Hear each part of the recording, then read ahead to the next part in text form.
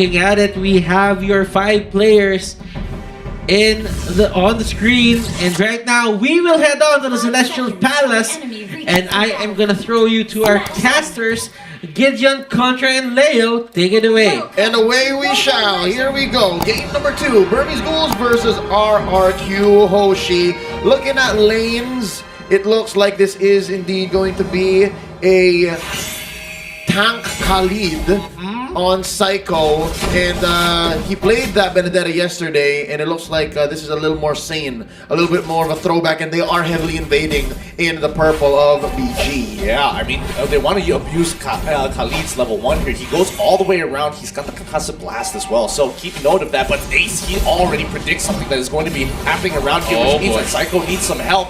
No, unfortunately, no Matilda on his side, but no, now Vin, he goes in, takes a little bit of damage, but he can only target one person at a time. Vin getting this one onto D, but it's not going to be enough. R7 as well, trying to pick him up, and D on the rod, battle mirror image over the wall. They almost caught Psycho out there, but of course, the trying to invest in that Screwfy attempt as well, but he's being caught in between. Now having to force a couple of flickers in the early phase itself. They're going to be pulling right back, but still nothing has happened all too much as of yet. Great response though coming from Burmese Ghouls with the defense. Yep, they saved themselves from the first blood. Could have been close. Literally one more hit from Vin here could have been just the down onto D, but let's do note, D is playing from the side lane. It's actually Ace who is the jungler for the Burmese Ghouls, and as similar as it looks from game number 1, especially after they lock in the first phase Diggy, it's actually a very different draft now. Ace gets checked in on by Lemon. Oh no, there's a pullback!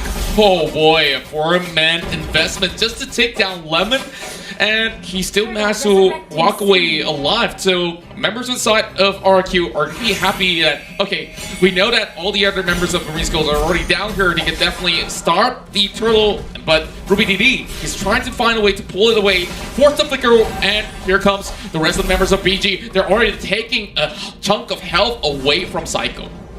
It's tough. I mean, he does have the quicksand guard to regenerate his health back up to full, but again, it's all about those level 4s, and right now, more level 4s on the side of Burmese Ghouls in comparison to Rrq Hoshi, and I mean, at least R7 for one does have the Zaman Force ready to go off, but Rubini D just making sure he's being relevant in this game. R7 now going to be dropping the Zaman Force to try to go for the solo kill. Does he get it? Oh! Close, good use of the gift. Oh, just the tip. He's scared of just the tip. Oh, nice swing. Wow. And there's going to be the first blood. Outplayed by R7. That's going to be Psycho checking in. You good? You good? Not good anymore. Like, that sidestep just on time before he gets rammed to the wall. So, well, RQ Hoshi draw first blood, but maybe here's the next one here that won't fall as the big bad wolves arrive. They're going to be continue pushing on this with this lead here, and Rrq Hoshi, they got a 2K gold lead for now, and I mean, let's see how far this is going to get them, because the Burmese Ghouls, they can easily turn this around. If this is the first time we're seeing, actually, on the first turtle fight, that a team was able to start a snowball on their side, or at least get a lead against the Burmese Ghouls. And we talked about how important the early game is for the side of BG, and they're already dropping the ball right now. And of course, a couple of boots are already being purchased out. R7 going back at it, but Rubini already spinning his ult. Zaman forced to chase her in, and Psycho tries to pin him down, but he knows, okay, he's expecting a lot of attention, and he'll draw a little bit more from RQ. Yep. Kill me once, shame on me. Kill me twice, shame on me. Wait, is that how that goes? Anyway, here we go. The Yogi Shadow kill helps out, maybe knocks out Vin, maybe gonna be revenge kill here by Albert, so it's a 1-for-1, but I think that's something that BG can afford anyways, but the push continues. Here comes Kid with the dash in for free by Ace. Right now, Matilda's been, I mean, Kid has been doing a really good job, especially towards the mid lane of, you know, getting that information and zoning up and allowing maybe to get really aggressive here, because again, this harassment is really abusive. Like, they're just gonna keep on smacking him, circling Eagle as well onto Psycho. How many things do they want to throw at the Khalid, and he still walks away unscathed? Now, is going to be having Albert to be able to cover grounds over on towards the mid lane. Demon Hunter sword for D, and the dodge sets up. He walks away with so little left. Oh, you hate to see it. You hate to see it. Lemon even bothering to flicker to try and close the distance against D, who did use his Purify. So regardless, if D gets caught out in the next upcoming fight, he's not going to be able to get on that hard CC that RRQ have dedicated themselves. I mean, they've got the Raging Sandstorm, they've got the Abyssal arrows as well. There's just so many things to worry for. Oh no, Vin gets smashed here by the Guardians. Barrier 1 for Ruby DD here, which by the way is not your traditional Rrq. Look, he's on high and dry. High and dry. Well, it's a little bit of throwback because back then aggressive Rrq is definitely a thing, but well, I don't know at this point facing against R7.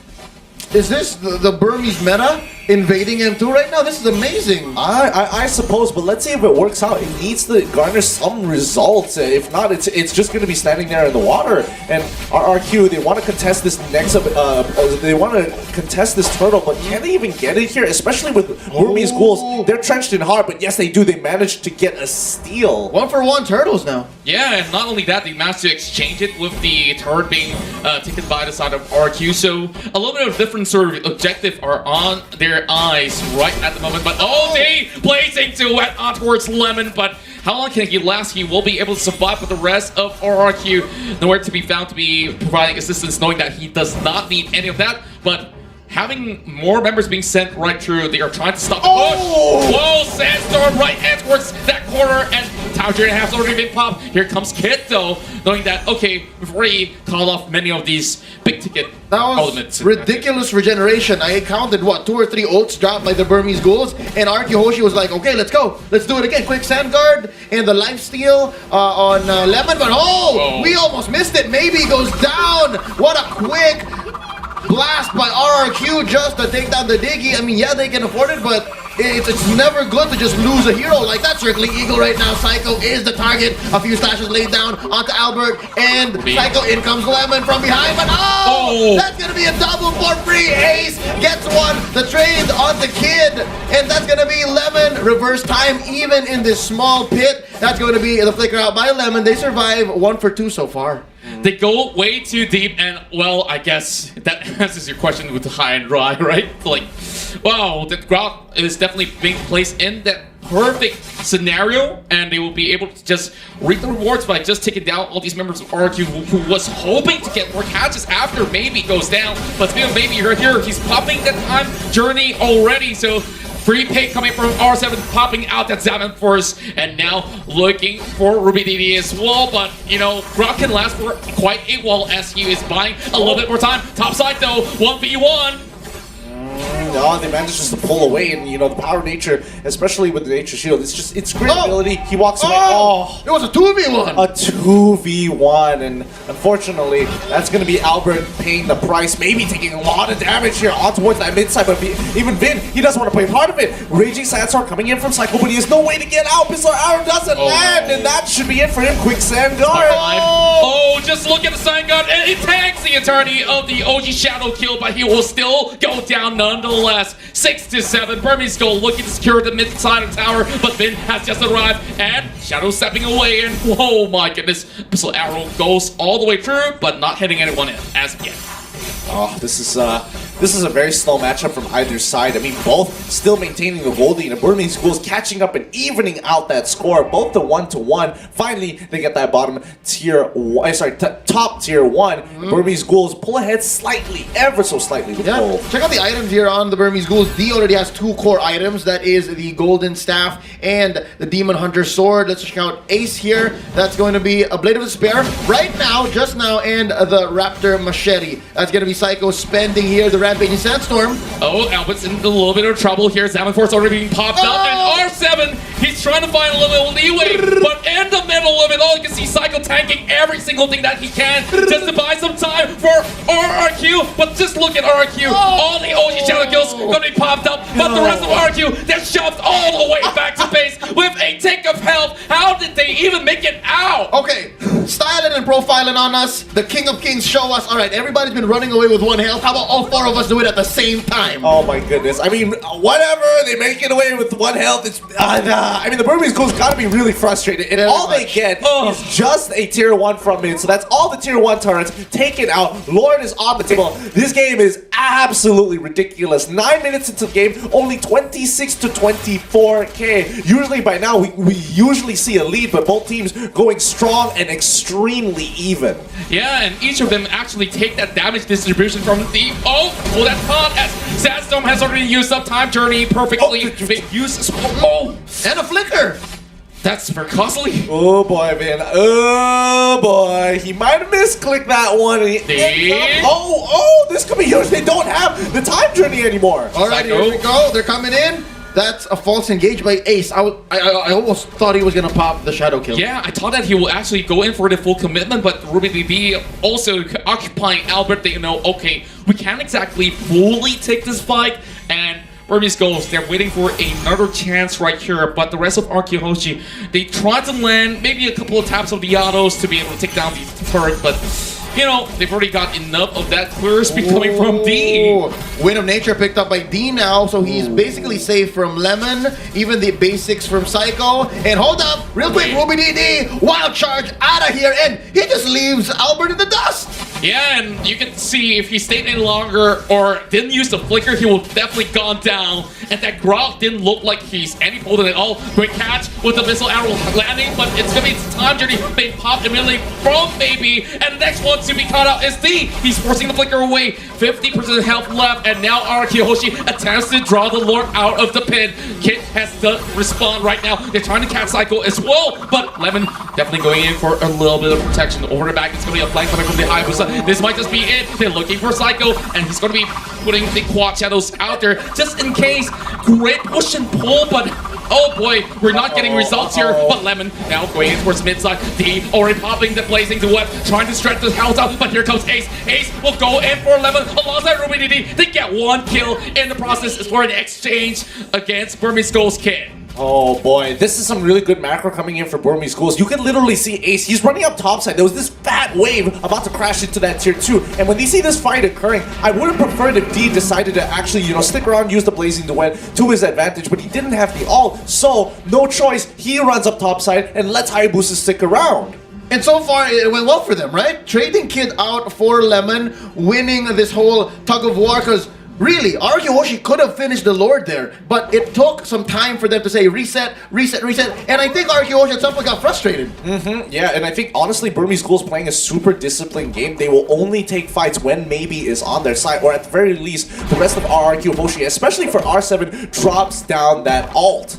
Yeah, and previously, they also managed to get a real good catch on towards maybe, and that Abyssal Arrow did land perfectly. So they say, okay, it's call time, and maybe we could pull even the Lord, but after that, BG understanding that they need to apply a little bit of pressure, and they managed to get that catch eventually towards Lemon. Although it's a Lapu, but it's still big. Now, forcing the flicker from inside of Psycho. They're trying to chase in. Couple of all these. Oh my goodness. How many bombs are inside that bush?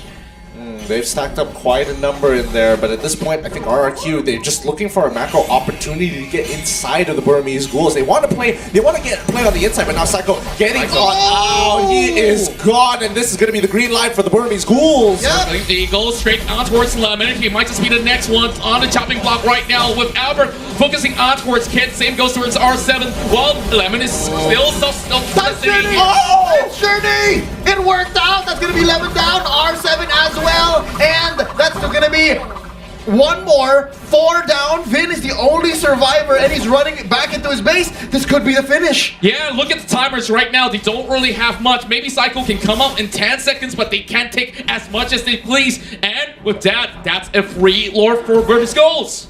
Yep, they're going straight for that Luminous Lord. This should be no issue, no contestation. And even Psycho is going to be bringing out that blade armor as well. Oh boy. I love how Vin just throws out a rogue Abyssal Arrow. Just maybe. Just a Hail Mary. Maybe. This takes it, we'll win. I better try than not. Alright, I accept.